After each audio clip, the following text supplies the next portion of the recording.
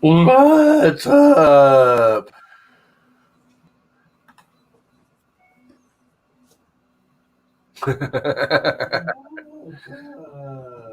Oh wait, It's I gotta not mute the. terrible.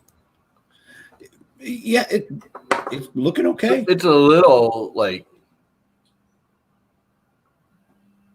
posterized, pixelated. It's not pixelated. It's a little soft, if anything. Yeah, but for a $30 cam, it's not bad. Yeah, no, it's. I do notice the blacks are very black. Yeah, well, that's what I'm saying. It's almost posterized. Are you running it at 1080 and then kicking it down to 720 for StreamYards? StreamYard only lets me run it at 720. All right, so you're going directly into StreamYards. You're not using like OBS or anything. Yeah, I'm directly into StreamYards, and when I selected the camera, and it gives you the options for resolution, 720 is the max. So maybe that has something to do with it too. I don't know. Well, I found like if you do OBS and you do OBS at 1080 and then you port into StreamYards at 720, it kind of makes it muddy. You know what I mean? It makes your image muddy because it's got to downsize it. Where if you record it, see OBS, a little bit in like the lighting on that extrusion there. I can see there's some little bit of graininess. Yeah, but come on, it's a $30 camera. Yeah, it's fine, dude. You know, we're sitting here nitpicking the crap out of it. Right? Yeah, we're looking at it with the same kind of eye we'd be looking at if we just dropped $120 on the high-end Logitech camera. Yeah, right. And this is not a $120 camera. No, this is trying to compete with a $120 camera at $30. Yep, and it's not terrible. Honestly, no. I think the bleaching from the window is almost making it worse too. Yeah, probably. See if closing off some of that lighting over there. Oh yeah, I mean it's not. I've seen worse. There's a little bit of fisheye. You can see some curvature. Yeah, I still think the Wise Cam would have been better. No. Well, again, I didn't have to flash anything, and I didn't have to go and design a mount for it or anything, or print a mount. And the thing I do like about it, it's got a way longer USB cable than the Logitech does. Does it? Way longer. My Logitech's almost too long. But then I have mine sitting down on the desk underneath the TV. I'm not putting it up on top. The Logitech, for me to plug it into the back of the computer, all I could reach was this very far end of my monitor. Yeah. And even that may have been what killed it too. Even at that, the cable was bent fairly significantly to get it there. Cool. So, back in business. But I picked up a show today. I have a show. A show? Yeah, I got a text last night to come and play the 2 to 6 shift at the stage. So cool. Get it done. Otherwise, I'd be on my way to Missouri right now. Why was in Missouri? My wife and son are on their way to Missouri. Oh, that's right. You were going on like vacation or something, huh? No. We were going. My father-in-law got released from the assisted living place that he was at. Oh. Because insurance dried up. Insurance wasn't going to pay for it anymore. Yeah. And so they released him from the assisted living place, and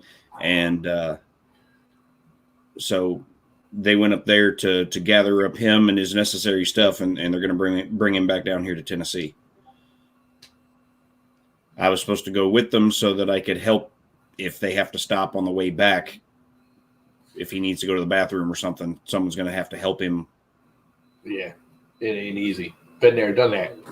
Yeah, because he can barely walk right now. Right. My father was the same way. He's got a blood clot in his leg,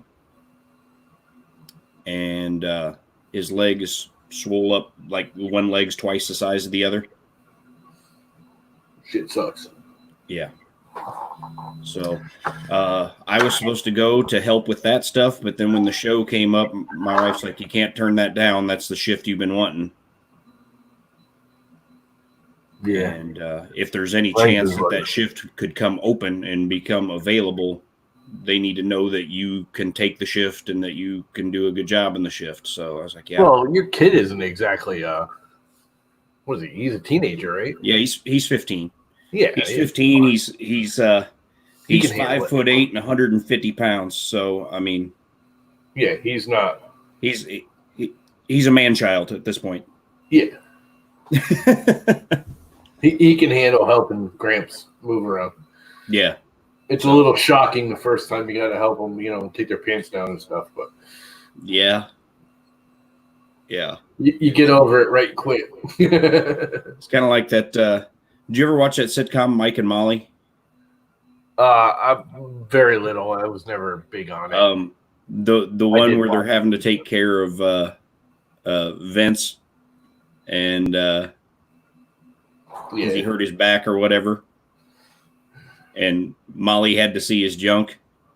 Then when Mike gets home, she lifts up his robe and goes, "Look at it." What's up, Robert? You guys want to jump in? Come on in, Dan. Your box went out, Dan. So check this out, since Dan's here. So I'm sending Dan some motors, and I just packed a box with all kinds of other crap, too. He's going to get a whole big box of surprise crap. Stepper drivers, all kinds of junk. I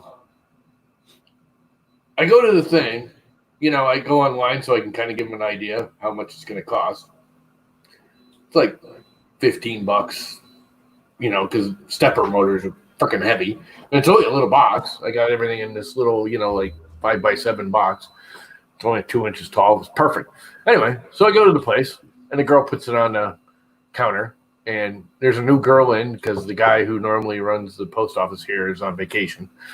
So actually, I think he had to go somewhere. I don't think it's actually vacation. Anyway, she puts it on there, and she goes like $10.50, and she starts looking at me like, seems awful high. Mm-hmm. I'm like, yeah, well, it's heavy. It's over 2 pounds, I actually think. It's like, yeah, there's a way around it. And she starts punching it. She grabs one of the little bubble wraps, and she goes, here, fill out this label. Puts it in the bubble wrap, $8.40. She's like, as long as it fits in that freaking bag, we're going to ship it. So it went in one of those little bubble wrap bags. The box is all labeled and stamped and all ready to go. So, which is even better if it falls out of the bubble wrap. It's still labeled. It'll still get there. But it was almost $15 for the box. And I mean, it's literally only that big. 3 motors and like a few other, little Ziploc bags to get everything in, fit in it. That's it. And this big bubble wrap bag was cheaper. And I'm like, so they spent, 25 cents making me a bubble wrap so I could save $2.50 or $7.50. It's like $7, I think, by putting it in a freaking bubble wrap bag. You know what I'm talking about, those stupid little bubble wrap. She's like, just put the box inside of it and be done with it. Okay. Works for me. So Dan paid me like $12 for my motors. Still a deal. 3 motors for under $20. One of them was a really nice LDO pancake for the Bondtech. Hop in here, Dan.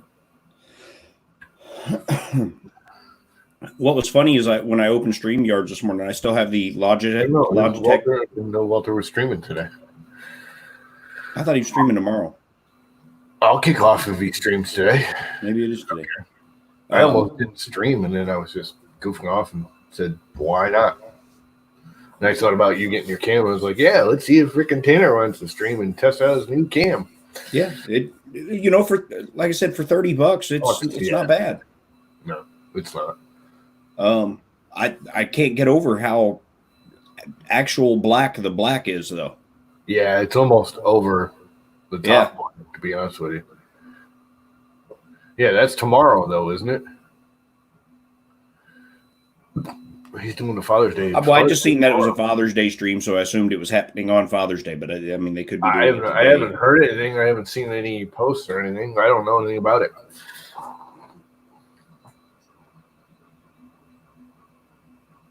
Well, that's cool. We can pop over there if once he starts it up. Right. Yeah. This gave me a chance to test out my camera. Yeah, that's all we really want to do, anyways. So yeah, the TED Gem, TEDGEM, $32 camera on Amazon. Not bad. TED Gem. Yeah. TEDGEM.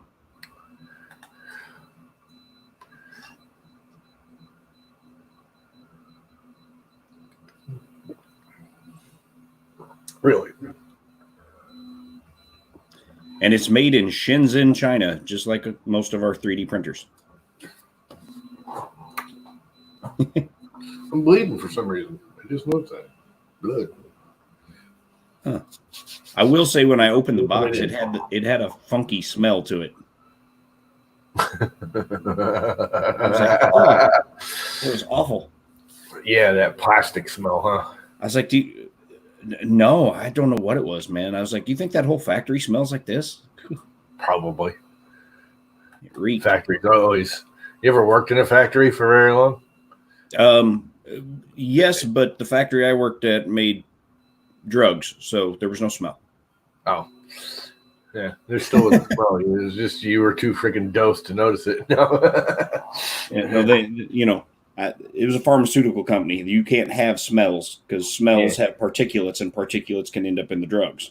I gotta say, for like 6 weeks, I worked at a woodworking, they sell the little woodworking kits, all the little parts to make like little whirly gigs and, the old ducks that with the string and they had the wheels on them and you put a little duck around and stuff. I worked at one of those. Man, that was the one good thing about that is that place always smelled awesome because it always smelled like really fresh cut wood. Yeah, it always just smelled like you walk in there and you're like, wood. I walk through the lumber section at the at like Home Depot, even when I'm not shopping for anything.